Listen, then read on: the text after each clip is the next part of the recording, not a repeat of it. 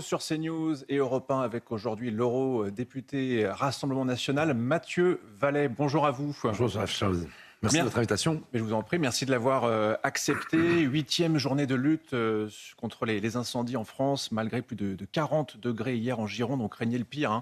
Mais le feu n'a finalement pas progressé. Ce matin, ça c'est la bonne nouvelle du jour. Il y a néanmoins plus de 42 000 hectares qui ont été ravagés dans le secteur. On va parler bien sûr de sécurité, d'immigration, de la présidentielle aussi. Mais d'abord, je voudrais qu'on démêle un petit peu le vrai du faux dans toutes ces affaires, parce que Gabriel Attal, ça c'est factuel, a bien signé un décret annulant plus de 50 millions d'euros de crédits qui auraient pu servir à la sécurité civile. Mais avant-hier, ici même à votre place, Charles Rodwell, député Ensemble pour la République, d'une certaine manière un allié d'Emmanuel Macron, a dit mais oui, mais qu'on puisse dire. Et il a dit le RN n'a pas voté à l'Assemblée nationale quand on avait besoin d'eux sur certains textes. Ils ont été aux abonnés absents, tout comme la France Insoumise. Qu'est-ce que vous répondez à Si on a besoin de rien, on vient les chercher aussi. Il faut qu'ils apprennent à gérer un budget avec 3 500 milliards de dettes. Il va falloir qu'ils apprennent à être humbles et à faire preuve finalement de respect vis-à-vis de l'opposition. La réalité, c'est qu'on a Jocelyn de Signy, le député de l'Oise du Rassemblement national. On a Julien Rancoul, qui est sapeur-pompier volontaire et qui est député de l'Aube, qui se sont battus, mais pour leurs frères d'armes des sapeurs-pompiers, pas uniquement quand la France brûle et que c'est le chaos incendiaire, comme on le voit depuis singulièrement dans le Var, mais aussi dans la Gironde, depuis une dizaine de jours. Donc la réalité, c'est qu'on a proposé de faire un financement différent. Ils voulaient, notamment les gauchistes, avec les dingos de la taxe, créer une taxe sur les contrats d'assurance. Alors vous payez déjà l'assurance habitation, l'assurance auto. Les Français sont matraqués. Donc nous, on n'a pas voté contre l'augmentation des budgets des sapeurs-pompiers. On a voté contre le matraquage des Français qui n'en peuvent plus. Et donc ce qu'on a proposé, c'est que au lieu de matraquer les Français, on a dit qu'il y avait 700 millions d'euros qu'on pouvait réorienter pour financer les SDIS. Ça a été refusé. On a proposé 50 millions d'euros en plus pour les bombardiers d'eau. Ça a été refusé. Mais mieux, les A400M, qui ont été la campagne de communication de M. Lecornu depuis une semaine, on en a proposé 4 kits d'A400M. Ça a été aussi refusé. Donc nous, on n'a pas attendu qu'on nous explique que la France a besoin de protection civile pour les défendre au sein du Parlement. Vous savez, l'Assemblée nationale est bordélisée par l'extrême gauche. À part hurler, menacer, gueuler et amener leurs copains à Traoré, finalement intimider les députés, nous, on travaille sérieusement. Ce que vous nous dites ce matin sur CNews et sur Europe 1, c'est que la réalité, elle est plus complexe que ce que je vous dis, c'est que dans la Macronie, il y a des gros mythos. Donc moi, j'y peux rien si ils sont pas, ils étaient en train de dormir, j'en sais rien. Ce qui est vrai, en revanche, Mathieu Vallet, le débat sérieusement sur ce qui est vrai, ce qu'on c'est propose. Que le budget de la sécurité civile, en 10 ans d'Emmanuel Macron au pouvoir, il a quand même doublé. Ça, c'est une réalité qu'on ne peut pas nier. La loi de programmation du ministère de l'Intérieur, les sous pour les policiers et les gendarmes, 15 milliards sur 5 ans. Évidemment que nous l'avons voté. On pouvait pas franchement dire qu'on ne vote pas de moyens pour nos policiers et gendarmes durant 5 ans, dont la protection civile. La loi pour les militaires que nous avons voté également avec Laurent Jacobelli, qui siège à la commission de défense et des armées. Évidemment que nous l'avons voté. La loi de programmation sur le ministère de la Justice, sur la pénitentiaire. Évidemment que nous l'avons voté. Lorsqu'il s'agit sur plusieurs années d'investir dans nos forces de l'ordre, dans nos gendarmes, nos sapeurs-pompiers, nos militaires, nos agents pénitentiaires, nos douaniers, évidemment que nous sommes au rendez-vous, quoi qu'en disent les mythos de la Macronie. Mais la réalité, c'est qu'ils ne sont pas au rendez-vous.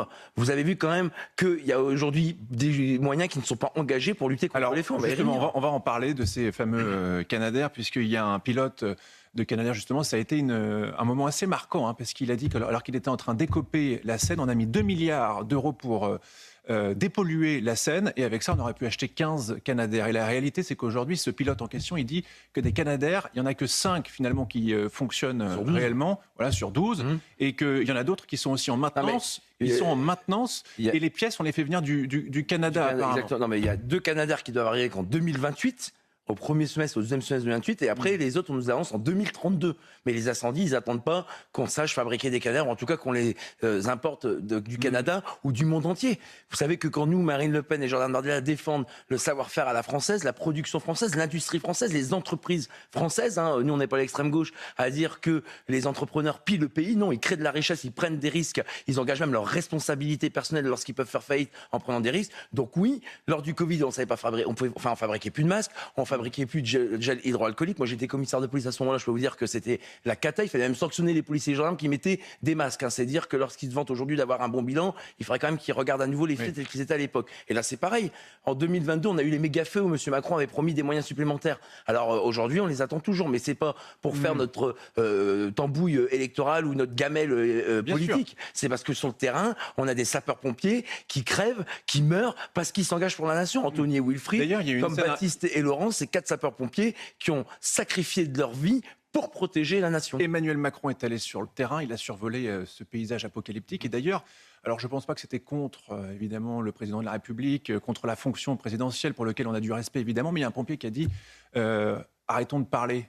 Les mots, c'est bien, les actes, c'est mieux. C'est une scène dont on a beaucoup parlé parce qu'elle montre une réalité, c'est que les mots stoppent. Mais Emmanuel Macron, pendant 10 ans, il a passé son temps à opposer les Français, les sapeurs-pompiers, aux policiers, aux gendarmes. Vous vous rappelez de ces scènes où les policiers et les gendarmes devaient encadrer et aller au contact des sapeurs-pompiers alors qu'ils se battaient pour leurs conditions de travail, qu'ils se battaient pour avoir des moyens, qu'ils se battaient pour avoir des effectifs, ils se battaient pas pour leurs gamelles, les sapeurs-pompiers. D'ailleurs, comme les policiers et les gendarmes, ils se battent pour avoir des moyens, pour mieux protéger les gens.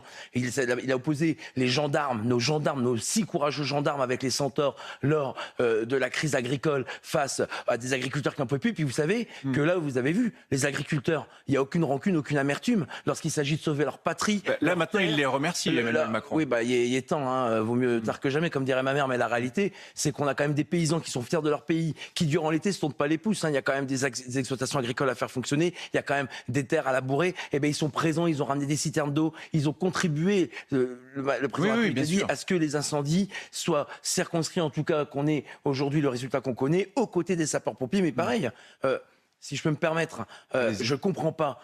Laurent Nunez, il connaît bien le ministère de l'Intérieur. Moi, c'est un ministère qui m'a tout donné. Donc, évidemment que je n'oublie pas d'où je viens. Et je connais bien ce ministère, ce grand ministère de la République. Vous avez les engins lanceurs d'eau, les canons à eau, qui aujourd'hui sont envoyés 8 jours après. Vous avez la CRS de Lyon, 45 chassieux pour être précis. Il y a celle de Rennes, la CRS 9, c'est que ce sont des moyens spécialisés qui gèrent à la fois les moyens nautiques, mais aussi les canons à eau, ce qu'on appelle les engins lanceurs d'eau. Mais je ne comprends pas pourquoi Vélizy, la 61, Béthune, la CRS 15 ne sont pas aussi envoyés alors qu'ils sont dotés des mêmes matériels. Mais ils ont aussi les CRS, un par zone de défense. On a 7 zones de défense en France, pardon d'être technique. Mais ils ont des camions cuisine. Chaque camion cuisine dans chaque zone de défense peut faire à minima 500 repas par jour. Pourquoi ils ne sont toujours pas envoyés sur Bordeaux, sur le Var, pour que les sinistrés qui veulent les évacuer puissent avoir des repas fabriqués et faits par l'excellence française que sont les CRS, parce qu'ils savent très bien faire. On a 13 000 CRS en France, on a quasiment 14 000 gendarmes mobiles, il y a 116 escadrons, il y a 66 compagnies, je compte les unités de projection rapide qui ont été votées grâce à nous. Donc la réalité, c'est que tous les moyens ne sont évidemment pas engagés. Puis vous avez vu que les CRS, ils roulent dans des véhicules avec 380 000 km, avec des fourgons qui sont à 55 degrés, mais pour autant, ils ne se plaignent pas. Ils vont sur le terrain. Et d'ailleurs, je rappelle que dans les évacués, les premiers évacués, il y a des policiers de la Gironde, il y a des policiers locaux qui ont dû aussi laisser leur habitation et qui, pour autant, sont aux côtés des sinistrés, aux côtés des habitants, aux côtés des sapeurs-pompiers pour protéger des pillages et des cambriolages. Et le ministre de l'Intérieur vous répondra peut-être sur les différentes interpellations. Mais moi, je propose, monsieur Larochard, je ne suis pas là. Moi, je ne suis pas un coq qui est là pour crier. Je ne hurle pas avec les loups. Moi, je propose, quand il y a la Ligue des Champions, quand il y a... Mais vous savez, Marine Le Pen, présidente de la République, et Jordan Bardella, Premier ministre, lorsqu'ils me permettent à des gens comme moi, des gens issus du peuple, à Julien Rancoul, sapeur-pompier volontaire dans notre parti, à toutes ces femmes et ces hommes députés qui ne se la racontent pas, qui ne se la pètent pas, mais qui viennent défendre les Françaises et les Français, on aurait proposé ces mesures, ils les auraient retenues. Parce que la grande qualité de Marine Le Pen et la grande qualité de Jordan Bardella, c'est qu'ils écoutent les représentants de la nation, celles et ceux qui ont travaillé dans des fonctions comme moi au ministère de l'Intérieur. Ce que vous nous dites ce matin, c'est qu'ils sont complètement déconnectés. C'est la déconnexion de certains politiques. En tout cas, d'ailleurs, vous avez peut-être vu cette polémique quand on voit les gens sur Monique. Qui font un travail de dingue, il vaut mieux écouter les gens de terrain plutôt que les techniques. On est d'accord. Vous avez entendu cette polémique sur Monique Barbu, ministre de la Transition écologique. Ah oui, c'est la Monique. Non, mais Monique Barbu, c'est la ministre du Transat. C'est comme ça, en tout cas, que dans son ministère, certains l'appellent apparemment. Écoutez, parce qu'elle est partie. Non, mais que les auditeurs d'Europe 1 et les téléspectateurs de CNews comprennent bien. Monique Barbu, elle est ministre de la Transition écologique. Et évidemment, on l'imaginait peut-être à Paris ou en tout cas en train d'aller saluer les pompiers. Ce qui est vrai, c'est qu'actuellement, elle est dans sa maison secondaire. Saint-Maxime dans le Var. Saint-Maxime dans le Var. Elle travaille sûrement peut-être, d'ailleurs, depuis chez elle, mais pour l'image, en fait. Brut par an, j'espère qu'elle travaille, ouais. Mais c'est l'image qui choque. Mais en réunion, c'est des petites choses, mais en réunion, c'est visioconférence, il fallait lui expliquer qu'à Saint-Maxime dans le Var, pas si loin, le département où Laure Lavalette est élue, où on a beaucoup d'élus, quasiment la totalité au niveau des députés et beaucoup de mairies, il fallait lui expliquer qu'il y avait les sapeurs-pompiers qui se battaient courageusement et brillamment face aux flammes dans le Var, là où elle est passée ses vacances. Et elle aurait pu aller les voir, c'est ce que vous nous dites. Oui, à minima. Enfin, écoutez. Mathieu Vallet, vous êtes un ancien policier. Je voulais aussi vous faire réagir ce matin sur les pillages, parce qu'il y a évidemment, notamment au Porge, dans des villages qui ont été évacués, des policiers et des pompiers qui tournent pour éviter des pillages. L'ancien policier que vous avez été, est-ce que c'est difficile à gérer ça pour pour nos forces de l'ordre d'être dans des villages complètement déserts avec des personnes qui se font passer d'ailleurs pour des pompiers et qui essayent de rentrer dans les habitations. La CRS 20 de Limoges, par exemple, les CRS de cette compagnie ont été les premiers à être engagés aux côtés des sapeurs-pompiers pour évacuer et protéger ces habitations. Aujourd'hui, on a les gendarmes mobiles, on a les policiers locaux qu'il ne faut pas oublier, on a le RAID, par exemple, le RAID, l'antenne RAID de Bordeaux, qui met à disposition ses moyens, son expérience, son expertise, et notamment des drones et la surveillance de ces sites. Mais oui, vous avez raison, il y a des prédateurs aujourd'hui qui profitent de la misère de cette situation, des gens qui ont dû tout laisser, toute leur vie sur place, pour pouvoir faire des pillages, des cambriolages ou même des abus de confiance. Et ça, c'est pas simple pour un policier, j'imagine. Non, mais ils se battent courageusement. On a les centaures de la gendarmerie, une dizaine qui sont descendus lundi matin, qui font aussi plus que le travail. Donc oui, il y a aujourd'hui des femmes et des hommes qui se battent contre les incendies, qui sont les sapeurs-pompiers, les policiers qui se battent contre les voyous en protégeant les zones sinistrées. Et vous avez les militaires aussi qui apportent leur expertise, notamment pour éviter que les feux se propagent. 2 personnes ont été interpellées en Gironde, soupçonnées d'avoir volontairement déclenché des départs de feu. Ces arrestations portent à 263 le nombre total d'interpellations en un mois, dont 92 mineurs. J'entendais un député de la France Insoumise qui disait, mais attendez, ces personnes-là en question, c'est vrai qu'elles risquent jusqu'à 15 ans de prison. C'est pas rien. Il dit, il ne faut pas les enfermer. Ça ne sert à rien, ce n'est pas la solution. Il faut les soigner psychologiquement et les réinsérer dans la société. J'imagine que ça vous révolte. Eux, ils veulent aussi réinsérer les violeurs d'enfants récidivistes, où il y a finalement leur vote de la honte, où ils ont absolument tout fait pour qu'on ne puisse pas enfermer à vie des violeurs d'enfants. Donc peut-être qu'ils veulent le retrouver dans leur quartier ou dans les centres périscolaires ou dans des écoles. Mais nous, ce qu'on veut, c'est que nos enfants soient protégés. Marine Le Pen et Jordan Bardella, ce qu'ils veulent, c'est que nos gamins puissent aller à l'école sans se faire enlever, sans se faire violer et sans se faire jeter dans un silo, comme ça a été le cas pour la petite Liana. Donc voilà, ils voulaient que des gens condamnés ou en tout cas mis en cause gravement dans des faits de terrorisme puissent s'occuper aussi de nos enfants. Donc soyez pas étonnés. Donc au RN, on dit les pyromanes, les personnes qui ont été... Au RN, on dit qu'il faut appliquer la loi. C'est 10 ans. Quand on dégrade des biens par incendie ou des forêts et que ça met gravement en danger la vie des gens, c'est 10 ans. Le code pénal, il existe. Et qu'il y a 4 sapeurs-pompiers qui sont décédés. Je l'ai rappelé en début de l'interview, effectivement. Vous avez raison de le faire. Donc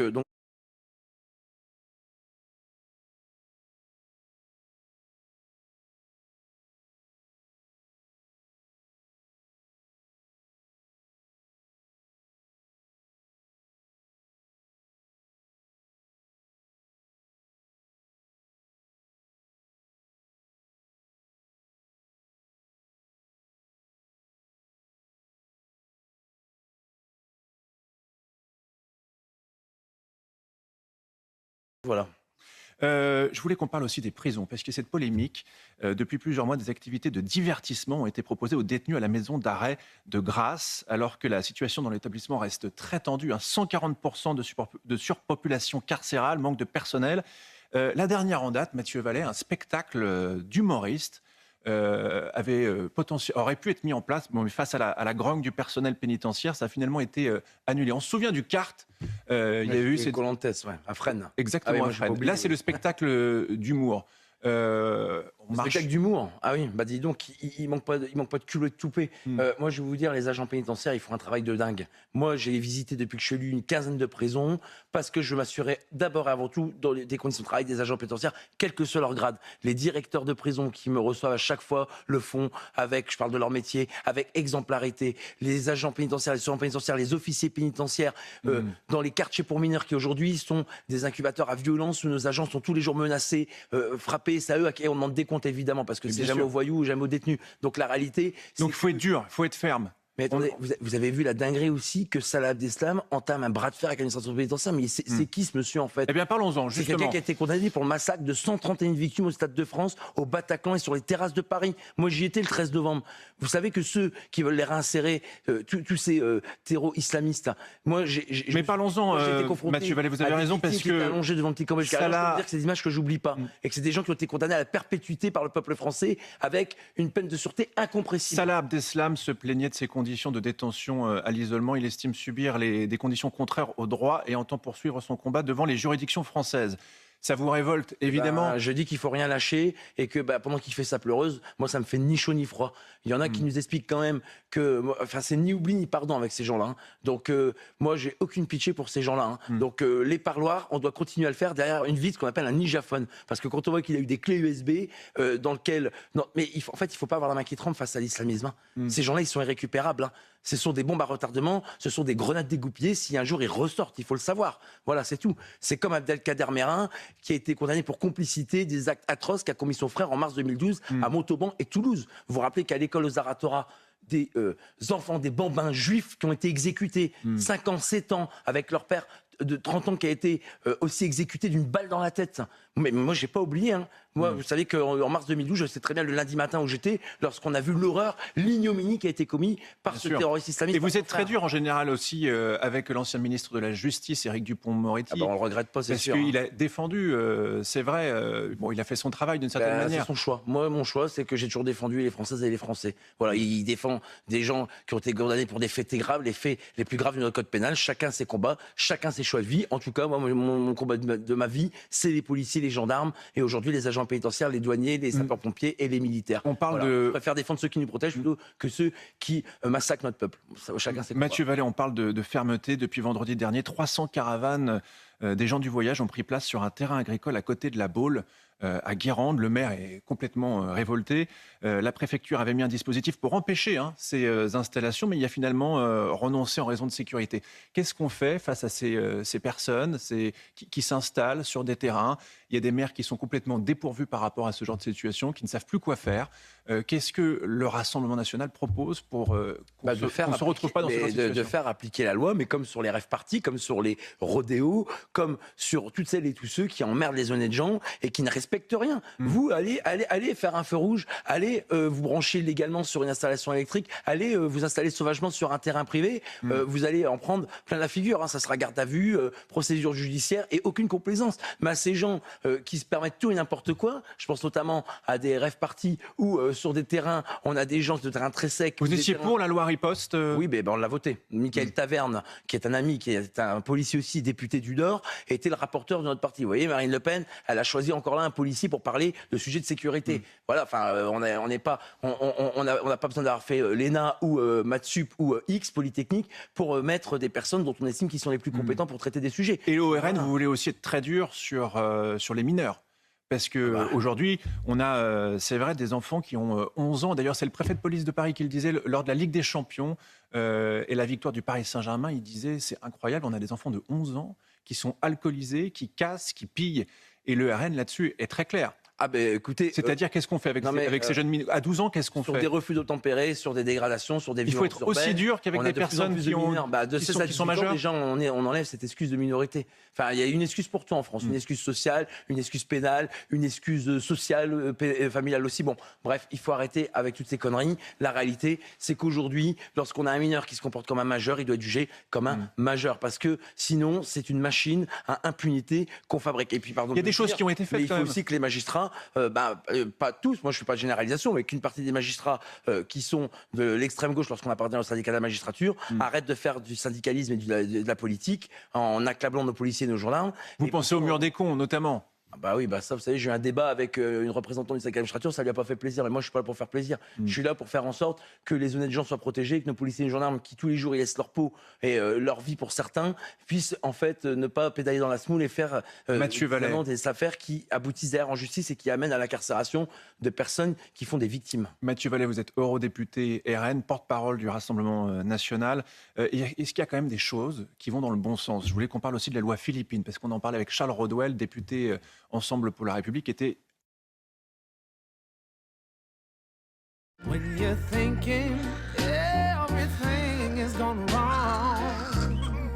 À votre place avant-hier. La loi Philippine. Il n'a pas dit, Charles Rodwell, que sans nous, les projets de loi ne passaient pas. On pense d'abord avant l'intérêt des Français, contrairement à son parti qui pense à l'intérêt particulier de leur petite gamelle politique. Parce que quand nous, on propose des choses intelligentes, pardon de le dire, on n'est pas les derniers demeurés de la classe, ils ne les votent pas parce que ça va être du Rassemblement national. Mais heureusement que nous, on n'est pas sectaires comme eux, parce que la France, elle serait à l'arrêt complet, elle est déjà en piteux état. Et d'ailleurs, la renaissance de notre pays. Mais la réalité, c'est qu'il aurait dû le dire s'il était honnête. Et d'ailleurs, vous avez été capable aussi de voter la censure contre le gouvernement de Michel Barnier à l'époque, avec la France Insoumise pour le faire tomber. Comme quoi, vous n'êtes pas sectaire, effectivement. Ils ont cru que parce que en première instance, elle était frappée d'inéligibilité, elle n'irait pas à la censure parce qu'elle sauverait sa place. Marine Le Pen n'est pas là pour sauver sa place. Elle est là pour sauver le pays. Mais Mathieu Vallet, ça va quand même dans le bon sens, cette loi Philippine. tout n'est pas à jeter du côté des macronistes. On a eu la petite Lola qui a été violée, massacrée par une OQTF algérienne. On a eu la petite Philippine qui a été violée et abandonnée dans le bois de Boulogne. On va quand même pas enfin dire merci à la Macronie parce qu'ils se sont réveillés 10 ans après. Le temps file, Mathieu Vallet, mais vous êtes député européen, donc je voulais quand même vous interroger sur vous savez, ces fameux hubs de retour, ces centres installés hors de l'Union européenne qui permettent d'accueillir des migrants déboutés avant leur éloignement définitif. Ces hubs de retour qui ont été votés au Parlement européen, Emmanuel Macron, il a dit « j'en veux pas ». Il dit c'est bizarre, quelqu'un qui se dit pour l'Union européenne, quand c'est des choses décidées par les représentants ça va dans peuple, le bon sens aussi, ce genre d'initiative. C'est Fabrice Leggeri, mon collègue ancien patron de Frontex, qui a rejoint comme moi la liste de Jordan Bardella aux élections européennes 2024, s'est occupé de ce dossier avec les 30 eurodéputés que nous ont permis le vote des Français. On a la première délégation la plus puissante au sein du Parlement européen. On se bat pour les Françaises et les Français. Quand Jordan Bardella siège au Parlement européen à chaque session parlementaire, il est là pour se battre pour les Français. Il n'est pas là, comme certains, pour faire de la popole. Quand je vois que Manon Aubry, elle méprise les chauffeurs du Parlement européen lorsqu'elle jette sa valise ou lorsqu'on la retrouve sur un yacht alors qu'elle dit qu'elle combat les riches, la réalité c'est que nous on fait pas des sbroufs. On est là pour avoir des résultats. Et oui, cette décision de pouvoir permettre d'expulser plus facilement les étrangers en situation régulière, les délinquants et les criminels étrangers, c'est quelque chose d'important. D'ailleurs, je note que on a plus de facilité à vouloir expulser des gens vers la Russie que des gens qui sont de nationalité algérienne. C'est quand même un comble. J'aurais aimé qu'on ait la même volonté d'expulser lors de l'attentat de Mulhouse, avant que ça arrive évidemment. Vous faites illusion à Xenia Federova, à qui on apporte évidemment notre soutien sur CNews et sur moi, je vous dis simplement qu'avec tous les délinquants criminels étrangers qu'on devrait expulser qui ne le sont pas, elle aurait été... Et la liberté d'expression... Est-ce que les démarches auraient été entreprises visiblement? Merci Mathieu Vallet. Et la liberté d'expression, on y tient infiniment sur CNews et sur Europe 1. On a M. Cohen qui disait que l'extrême droite exploitait le racisme anti-blanc alors qu'un juge d'instruction vient de le retenir. Pareil pour Jean-Michel de Cugy. On doit conclure. Ah oui, non mais... On doit conclure, Mathieu Vallet. Mais merci à vous. Vous reviendrez nous voir. Merci à vous. Bonne journée. Merci à vous.